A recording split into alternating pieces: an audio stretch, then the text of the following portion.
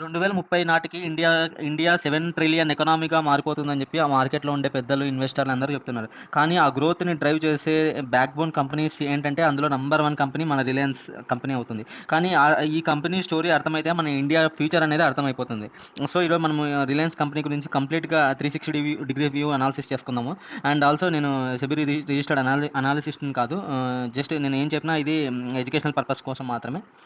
So మనం వీడియోలోకి వెళ్ళిపోతే గిన ఫస్ట్ మనం ఈరోజు కంపెనీ పరంగా ఈరోజు నేను రిలయన్స్ తీసుకోవడం ఎందుకు, అండ్ తర్వాత బిజినెస్ పరంగా ఏ ఏ బిజినెస్ నుంచి దీనికి రెవెన్యూస్ వస్తున్నాయి, అండ్ ఫైనాన్షియల్గా ఏంటి, అండ్ దీంట్లో ప్రమోటర్స్ వాటాలు ఎలా ఉన్నాయి, FIIs DIIs and future predictions ఎలా ఉండబోతుంది, అండ్ మ్యాక్రో పరంగా ఎలా ఉంటుంది, అండ్ ఇండియా గ్రోత్ స్టోరీకి ఇది ఎట్లాంటి మైల్ స్టోన్గా మారిపోతుంది అండ్ ప్రతి ఒక్క పాయింట్ గురించి క్లియర్గా డిస్కస్ చేసుకుందాం ఈరోజు. సో ఫస్ట్ ఈరోజు నేను ఈ రిలయన్స్ తీసుకోవడానికి కారణం ఏంటంటే ఆల్మోస్ట్ ఇప్పుడు మనకి మంచి కంపెనీస్ అన్ని మంచి కంపెనీస్ లాంగ్ టర్మ్ వ్యూ ఉండే కంపెనీస్ మనకి మంచి వాల్యుయేషన్స్లో దొరుకుతున్నాయి. సో అందుకోసం నేను ఈ కంపెనీ అయితే తీసుకోవడం జరిగింది. ఇప్పుడు ఆల్మోస్ట్ మార్కెట్ క్యాప్ పరంగా చూస్తే 52 వీక్స్ నుంచి ఆల్మోస్ట్ 20% మనకి స్టాక్ అనేది కింద పడింది. మనకి ఈ మార్కెట్ క్యాప్ పరంగా చూస్తే ఇండియాలోనే అతిపెద్ద మార్కెట్ క్యాప్ అయిన 18 lakh క్రోర్స్ మనకి రిలయన్స్ నుంచే మార్కెట్ క్యాప్ ఉంది. సో ఇది ఒక ఆపర్చునిటీ లాగా కనిపిస్తుందా లేకపోతే ట్రాపా అని చెప్పి ఈరోజు మనం డిస్కస్ చేసుకుందాము. సో ఇక్కడ మనకి టోటల్గా 4 పాయింట్స్ మనం డిస్కస్ చేసుకోవాలి. ఏంటంటే ఇప్పుడు మనకి ఇక్కడ ఈ 19% కరెక్షన్ అవ్వడంతో మనకి ఇన్స్టిట్యూషన్స్గా బై చేస్తున్నారా లేకపోతే సెల్ చేస్తున్నారా, ఏదైనా ఇన్సైడ్ ఇన్వెస్టర్స్ ఏమైనా బయింగ్ ఆపర్చునిటీస్ ఏమైనా జరుగుతున్నాయా, దాని గురించి డిస్కస్ చేసుకుందాం. అండ్ సెకండ్ ఐపీఓ నెక్స్ట్ క్వార్టర్లో మనకి ఐపీఓ అలాట్మెంట్ అనేది రాబోతుంది జియో రిలేటెడ్గా. సో ఇక్కడ 130 to 170 బిలియన్ వాల్యూ అనేది అన్లాక్ అవుతుంది. సో దీని రిలేటెడ్గా ఎగ్జిస్టింగ్ రిలయన్స్ ఇన్వెస్టర్స్కి ఎలాంటి ఇంపాక్ట్ ఉండబోతుందో ఇది డిస్కస్ చేసుకుందాం. అండ్ థర్డ్ వచ్చేసేసి ఫోర్త్ మానిటైజేషన్ సైకిల్ గురించి మనం డిస్కస్ చేసుకుందాము. అండ్ ఇక్కడ మనకి నాలుగు భాగాల్లో మనకు ఎనర్జీస్ అనేది మన ఇక్కడ జనరేట్ అవుతున్నాయి. ఒకటి వచ్చేసి solar module, battery energy storage system and green hydrogen. ఇవన్నీ 2026లో మనకి కమిషనింగ్ స్టార్ట్ అవుతున్నాయి. సో ఇండియాకి ఒక పెద్ద హై స్కేల్లో మనకి బిజినెస్ జరిగే కంపెనీలో ఇది ఒకటి. సో ఈ సెక్టర్ మనం చూసుకుంటే బ్యాటరీ ఎనర్జీ స్టోరేజ్ సిస్టమ్ కానీ గ్రీన్ హైడ్రోజన్ ఇవన్నీ నెక్స్ట్ డికేడ్ థీమ్స్ ఇవన్నీ. సో ఎవరికైతే లాంగ్ టర్మ్ వ్యూలో ఉంటుందో మన ఇండియా గ్రోత్ స్టోరీ పైన నమ్మకం ఉంటుందో ఇట్లాంటి స్టాక్స్ గురించి మనం తెలుసుకోవడం ఇది చాలా ఇంపార్టెంట్. సో ఇప్పుడు రిలయన్స్ అనేది ఆల్మోస్ట్ 20% పడింది. కానీ దీని రీజన్ ఏమిటంటే ఇది చాలా మందికి తెలియదు. ఎందుకంటే ఆయిల్ ఎక్స్పోర్ట్స్ తర్వాత ఈ పెరగడం వల్ల, తర్వాత రష్యా క్రూడ్ ఇంపోర్ట్ రిస్ట్రిక్షన్స్ వల్ల, ఇవన్నీ షార్ట్ టర్మ్ సెంటిమెంట్ వల్ల మనకి ఇట్లాంటి స్ట్రాంగ్ కంపెనీస్ మనకి మంచి వాల్యుయేషన్స్లో దొరుకుతున్నాయి. సో ఇప్పుడు జియో ఫండమెంటల్స్ పరంగా ఏం ప్రాబ్లం రాలేదు ఇక్కడ మనం చెక్ చేసుకుంటే.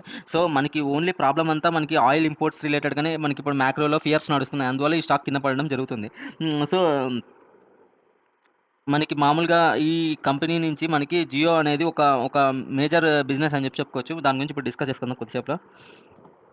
సో ఇప్పుడు బేసిక్గా మనము ఏదైనా ఒక షాపింగ్ మాల్ కానీ ఏదైనా పెద్ద రెస్టారెంట్ కానీ ఎక్కడికైనా వెళ్ళినప్పుడు టోటల్గా మనం ఏం చూస్తాము, ఎనర్జీ సెగ్మెంట్ చూస్తాం, తర్వాత టెలికాం రిలేటెడ్గా చూస్తాము, తర్వాత రిటైల్స్ రిలేటెడ్గా చూస్తాము, తర్వాత మనకి ఎనర్జీ పరంగా చూస్తాం. సో బేసిక్గా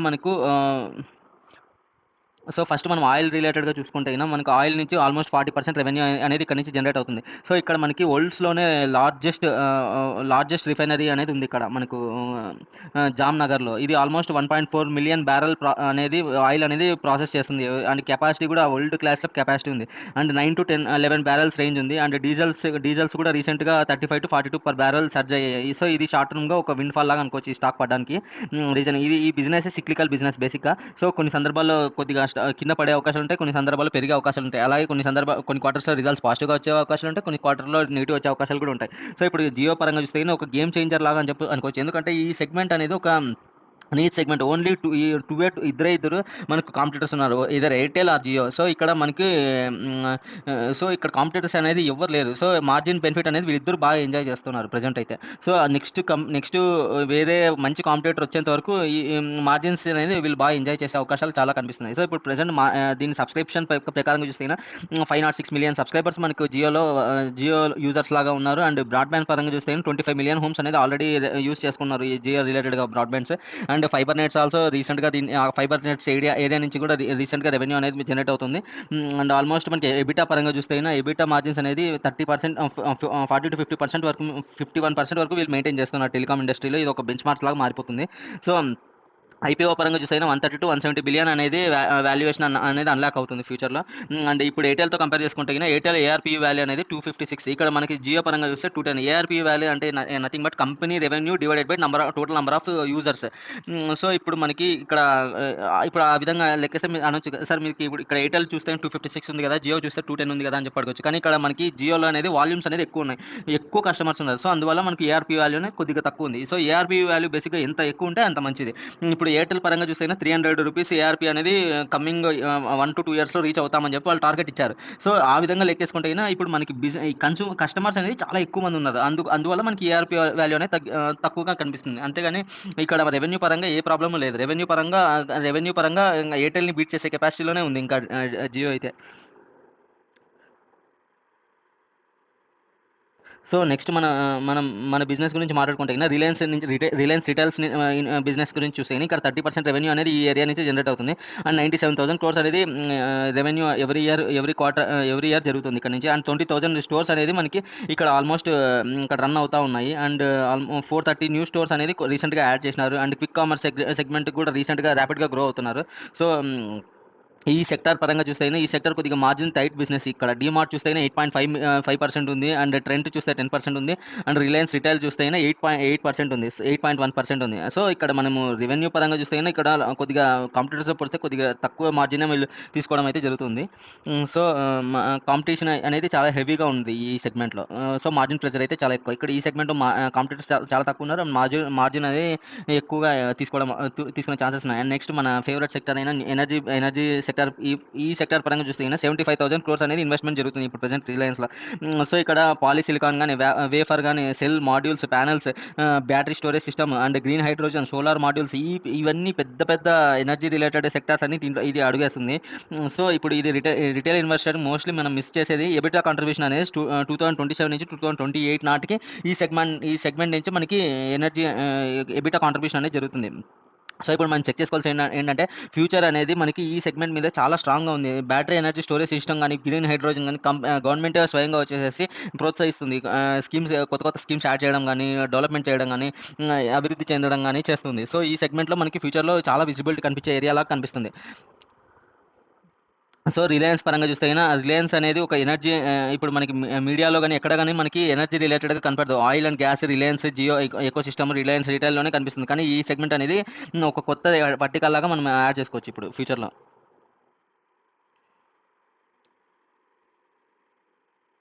ఇప్పుడు జియో మోట్ ఏంటంటే బేసిక్‌గా వాళ్ళ ఎకో సిస్టమ్ జియో ఫైబర్ గానీ, జియో మార్ట్ గానీ, జియో సినిమా గానీ, జియో సావన్ గానీ, జియో మీట్ గానీ, ఇవన్నీ ఒక్కసారి ఈ ఎకో సిస్టమ్‌లో ఎంటర్ అయినాడో అతను ఆల్మోస్ట్ 1-2 ఇయర్స్ వరకు మినిమమ్ టు మినిమమ్ అదే కంపెనీలోనే స్టే చేస్తాడు. సో ఇక్కడ రికరింగ్ రెవెన్యూ అనేది ఈజీగా జనరేట్ అవుతుంది ఈ సెగ్మెంట్‌లో.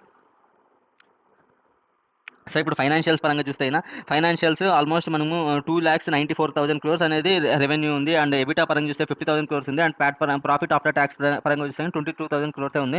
అండ్ డెప్ట్ పరంగా చూస్తే 1.17 లాక్స్ ఉంది. సో ఇప్పుడు మనం చూస్తే సార్ అడగొచ్చు రెవెన్యూ పరంగా 2.94 లాక్స్ ఉంది. అండ్ ప్యాట్ పరంగా చూస్తే 22,000 ఉంది కదా సార్ అని చెప్పి అడగొచ్చు. కానీ ఇక్కడ మనకి ఏంటంటే ఇక్కడ వీళ్ళు డిప్రిసియేషన్ కాస్ట్ కానీ, తర్వాత ఫైనాన్షియల్ కాస్ట్ కానీ, ట్యాక్స్ కానీ ఇవన్నీ ఈ సెగ్మెంట్ నుంచి ఇక్కడ మనకు అనేది ఇక్కడ వాల్యూ అనేది అన్లాక్ జరుగుతుంది ఇక్కడ బేసిక్‌గా. సో ఇవన్నీ జడ్జ్ చేసేసి మనం బ్యాడ్ కంపెనీనా అని చెప్పి అనుకోనేకి లేదు ఇక్కడ. ఎందుకంటే ఫ్యూచర్ క్యాపెక్స్ అనేది ఫ్యూచర్ ఇన్వెస్ట్‌మెంట్ మీద బేస్ అయి ఉంటది. సో ఇక్కడ ఈ ఇన్వెస్ట్‌మెంట్ అనేది ఇందాక చెప్పినట్టు ఈ సెగ్మెంట్‌లో ఇన్వెస్ట్‌మెంట్స్ అనేవి చాలా జరుగుతున్నాయి. అందువల్ల మనకి ఈ సెగ్మెంట్‌లో మనకి ఎబిటా అనేది ప్రాఫిట్ ఆఫ్టర్ టాక్స్ అనేది కొద్దిగా తగ్గుతుంది. సో ఇప్పుడు మనకి ఎబిటా అనేది ప్రెజెంట్ మనకి ఈ ఏరియా నుంచి 38% ఉంది. ఆయిల్ టు కెమికల్ నుంచి చూస్తే 31% ఉంది. రిటైల్ నుంచి 14% ఉంది. అండ్ ఈ ఎనర్జీ పరంగా చూస్తే 17% ఉంది. సో ఫ్యూచర్‌లో మనకి ఈ ఎనర్జీ సెగ్మెంట్ నుంచి చాలా ఎక్కువ రెవెన్యూ అనేది జనరేట్ చేస్తదని యాంటిసిపేట్ చేసే అవకాశాలు చాలా కనిపిస్తున్నాయి. అండ్ సో ఇప్పుడు మనకి మార్కెట్ పరంగా చూస్తే స్మార్ట్ ఇన్వెస్టర్స్ ఎఫ్ఐఎస్ 21% హోల్డ్ చేస్తున్నారు. డిఐఎస్ 16% హోల్డ్ చేస్తున్నారు. And public 12%. And promoters only Ambani గారే ఆల్మోస్ట్ 50% స్టేక్ అనేది హోల్డ్ చేస్తున్నారు ఈ కంపెనీలో. అండ్ మార్గన్ స్టాన్లీ ప్రకారంగా చూస్తే ఆల్మోస్ట్ 42% అప్సైడ్ పొటెన్షియల్ ఉంది అని చెప్తున్నారు. ఓవర్ వెయిట్ రేటింగ్ అంటే అక్కడ కాంపిటీటర్స్లో పోలిస్తే కాంపిటీటర్స్ కంటే బెటర్గా పర్ఫామ్ చేస్తారని మెన్షన్ చేస్తారు ఇక్కడ ఓవర్ రేటింగ్ అంటే. సో ఇక్కడ ఆ పరంగా చూస్తే 42% మనకి మార్గన్ స్టాన్లీ నుంచి, అండ్ జెఫరీస్ నుంచి 40%, జేపీ మోర్గన్ నుంచి 28%, అండ్ గోల్డ్‌మ్యాన్ సాచస్ నుంచి 26%, అండ్ కోటాక్ నుంచి 7%, అండ్ బర్స్టెన్ నుంచి 17% ఇచ్చినారు. సో మార్గన్ స్టాల్‌ని వాళ్ళు చెప్పడం ప్రకారంగా బుల్ కేస్ సినారియో 2200 వరకు వెళ్ళే అవకాశం ఉన్నాయి. అంటే ఆల్మోస్ట్ 72% అప్‌సైడ్ పొటెన్షియల్ కనిపిస్తుంది అని చెప్పి చెప్తున్నారు. అంటే వాళ్ళు స్ట్రాంగ్‌గా మనకి ఇక్కడ బిజినెస్ అనేది నమ్ముతున్నారు ఫ్యూచర్‌లో. ఇక్కడ విజిబిలిటీ అనేది చాలా ఎక్కువ కనిపిస్తుందని చెప్పి చెప్తున్నారు. సో, ఇప్పుడు మనకి మ్యాక్రో పరంగా చూస్తే గిన ఈ సెక్టార్‌లో మనకి ఎయిర్‌టెల్ ఏఆర్‌పీయూ వాల్యూ చూస్తే 256 ఉంది. అండ్ మన జియో పరంగా చూస్తే గిన 210 ఉంది. కానీ ఇక్కడ జియో యూజర్స్ చాలా ఎక్కువ మంది ఉన్నారు. 506 మిలియన్స్ యూజర్స్ ఉన్నారు. కానీ ఎయిర్‌టెల్ పరంగా చూస్తే గిన 400 మిలియన్ యూజర్సే ఉన్నారు. సో, ఇక్కడ మనకి ఇక్కడే క్లియర్‌గా మనం విన్ అవుతున్నాం ఈ సెగ్మెంట్‌లో మార్జిన్స్ అనేది. నెక్స్ట్ రిఫైనింగ్ పరంగా చూస్తే గిన ఇక్కడ ఐఓసీ, బీపీసీఎల్ అనేది ఈ వరల్డ్స్‌లోనే లార్జెస్ట్ ఇక్కడ సప్లయింగ్ అనేది ఈ ఏరియా నుంచే జరుగుతుంది. అండ్ లార్జ్ స్కేల్‌లో జరుగుతుంది ఇక్కడ రిఫైనింగ్ అనేది. సో, రిటైల్ పరంగా చూస్తేనా డీమార్ట్, ట్రెంట్ వాటితో పోలిస్తేనే రిలయన్స్ అనేది స్టోర్స్ పెంచుకుంటుంది అండ్ వాటిని మ్యాచ్ చేస్తుంది.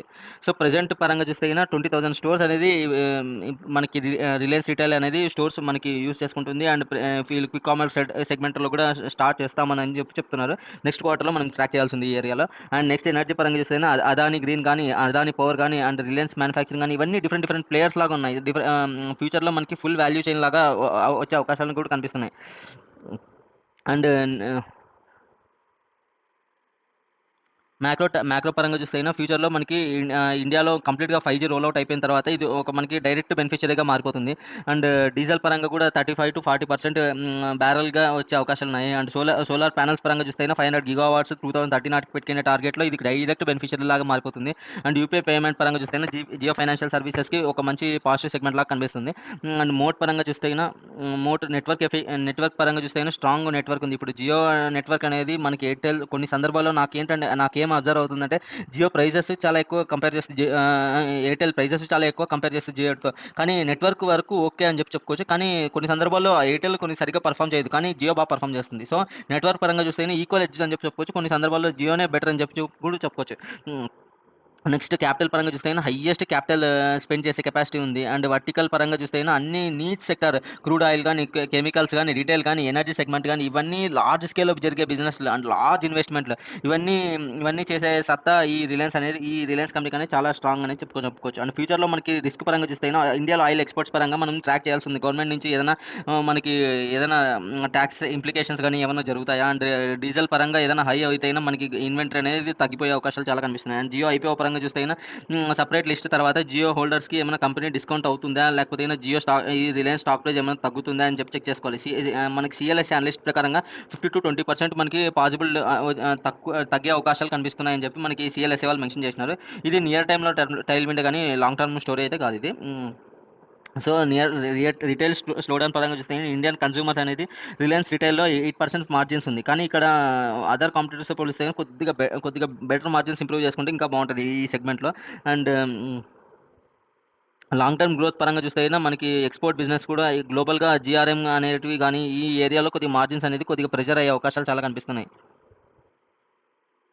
సో, ఇప్పుడు రిలయన్స్ వర్సెస్ ఎయిర్‌టెల్‌లో మనకి ఏది ఎక్కువ అంటే ఎయిర్‌టెల్ కొద్దిగా ప్రీమియం పొజిషన్‌లోనే ఉంది. హయ్యర్ ఏఆర్‌పీ ఉంది. బెటర్ మార్జిన్స్ ఉంది. కానీ జియో అనేది ఎకోసిస్టమ్‌ని బిల్డ్ చేసుకుంటుంది. సో, ఇక్కడ జియో మార్ట్ గాని, జియో సినిమా గాని, జియో ఫైబర్ గాని సో, ఇవన్నీ ఈ ఎయిర్‌టెల్‌కి ఒక స్ట్రాంగ్ వర్టికల్స్ లాగా మారిపోతున్నాయి. సో, ఇప్పుడు నెక్స్ట్ మనం ట్రాక్ చేయాల్సిందేంటంటే క్యూవన్ 2026లో మనకు డీజిల్స్ పరంగా 35-42 బ్యారెల్ వరకు జీఆర్ఎం ఎక్స్‌పాన్షన్ జరుగుతాయని చెప్తున్నారు. సో, ఆయిల్ టు కెమికల్ ఈ బిజినెస్‌లో ఏమన్నా ఎబిటా ఇంక్రీజ్ అవుతదా? స్పైక్ అవుతదా? చెక్ చేసుకోవాలి. అండ్ జియో పరంగా ఏఆర్‌పీయూ గ్రోత్ ఎలా ఉంది? కంపేర్ టు ఎయిర్‌టెల్ అది చెక్ చేసుకోవాలి. టారిఫ్స్ హైక్ అయితేనే ఇది డైరెక్ట్ బెనిఫిషియల్‌గా మారిపోతుంది. అండ్ ఎయిర్‌టెల్‌ని ఈజీగా బీట్ చేస్తుంది ఈ ఏరియాలో. ఓన్లీ ప్లాన్స్ రేట్లు ఇంక్రీజ్ చేస్తేనే సరిపోతుంది ఈ ఏరియాలో. అండ్ నెక్స్ట్ ఎనర్జీ పరంగా చూస్తే సోలార్ మాడ్యూల్స్ అనేది సోలార్ మాడ్యూల్స్ గానీ, బ్యాటరీ ఎనర్జీ స్టోరేజ్ సిస్టమ్ గానీ అండ్ ఈ సెగ్మెంట్ నుంచి క్యూ3 నుంచి ఈ క్యూ3 నుంచి మనం రెవెన్యూ అనేది కొద్దిగా యాంటిసిపేట్ చేసే అవకాశాలున్నాయి. అండ్ క్యూ4లో మనకి దీని రిలేటెడ్‌గా వాల్యూ అనేది అన్‌లాక్ అయిపోయే అవకాశాలు కూడా ఉన్నాయి. సో ఎవరికైతే long term investment India growth story మీద నమ్మకం ఉండేసేసి ఇండియా గ్రోత్ స్టోరీ పరంగా మనకి energy storage system, battery energy storage system, green hydrogen ఈ సెక్టార్ మీద నమ్మకం ఉంటుందో వాళ్ళు ఈ సెక్టార్ మీద స్టడీ చేయడం అనేది ఈ స్టాక్ మీద స్టడీ చేయడం అనేది బెటర్ యాక్చువల్‌గా. అండ్ మీడియం టర్మ్‌లో ప్రకారంగా చూసుకుంటే గిన 12-18 మంత్స్‌లో జియో టారిఫ్ హైక్స్ పెంచడం గానీ, తర్వాత జీఆర్ఎం ఎక్స్పాన్షన్ జరగడం గానీ, అండ్ క్వార్టర్లీ ఎబిటా ట్రాజెక్టరీ ఏదైనా పెరిగే అవకాశాలు కనిపిస్తే గిన ఈ మనం మీడియం టర్మ్‌లో ఒక పాజిటివ్‌గా అనుకోవచ్చు. అండ్ మనం కాషియస్‌గా ఉండాల్సింది, చెక్ చేసుకోవాల్సింది ఆయిల్ రిలేటెడ్ ఎక్స్‌పోర్ట్స్ ఏమైనా ట్యాక్స్ ఇంప్లికేషన్స్ వస్తున్నాయా? అండ్ రిటైల్ ఏమైనా స్లో డౌన్ అవుతుందా? ఈ సెగ్మెంట్‌లో చూసుకోవాల్సింది. సో ఇది ఒక సింపుల్ అయితే ఒక రిలయన్స్ అనేది ఒక సింపుల్ స్టాక్ అయితే కాదు. మేజర్‌గా మన ఇండియా గ్రోత్ స్టోరీ రిలేటెడ్‌గా అన్ని సెగ్మెంట్స్ కవర్ చేస్తుంది. ఇక్కడ రిటైల్ సెక్టార్ కవర్ చేసింది రిటైల్‌లో. Next energy storage sector, future opportunities పరంగా ఎనర్జీ స్టోరేజ్ సెక్టార్‌లో చూస్తుంది. అండ్ ఆయిల్ సెక్టార్‌లో చూస్తుంది. సో ఎవ్రీ సెక్టార్ మనకి మేజర్ వర్టికల్ లాగా చెప్పుకోవచ్చు ఇక్కడ. సో ఇక్కడ మనం చెక్ చేసుకోవాల్సిన పాయింట్స్ ఏంటంటే స్టాక్ ప్రైస్ అయితే 20% పడింది. అండ్ జియో ఎబిటా మార్జిన్స్ అనేవి 55%, 51% మార్జిన్స్ అనేది ఆల్ టైమ్ హైలో ఉన్నాయి. అండ్ ప్రైస్ వర్సెస్ ఫండమెంటల్‌గా చూస్తే 2 ఈక్వల్‌గానే ఉన్నాయి. ఎగ్జాక్ట్‌గా మనకి ఈ సెటప్ అనేది ఇన్వెస్టర్స్‌కి మంచి సిగ్నలా లేదా అని చెప్పి మనం అబ్జర్వ్ చేసుకోవాలి ఈ ఏరియాలో. అండ్ నెక్స్ట్ మార్గన్ స్టాన్లీ ప్రకారంగా 72% అప్‌సైడ్ పొటెన్షియల్ ఇచ్చినారు. అండ్ బేస్ కేస్ పరంగా చూస్తే 1800 అని చెప్పినారు.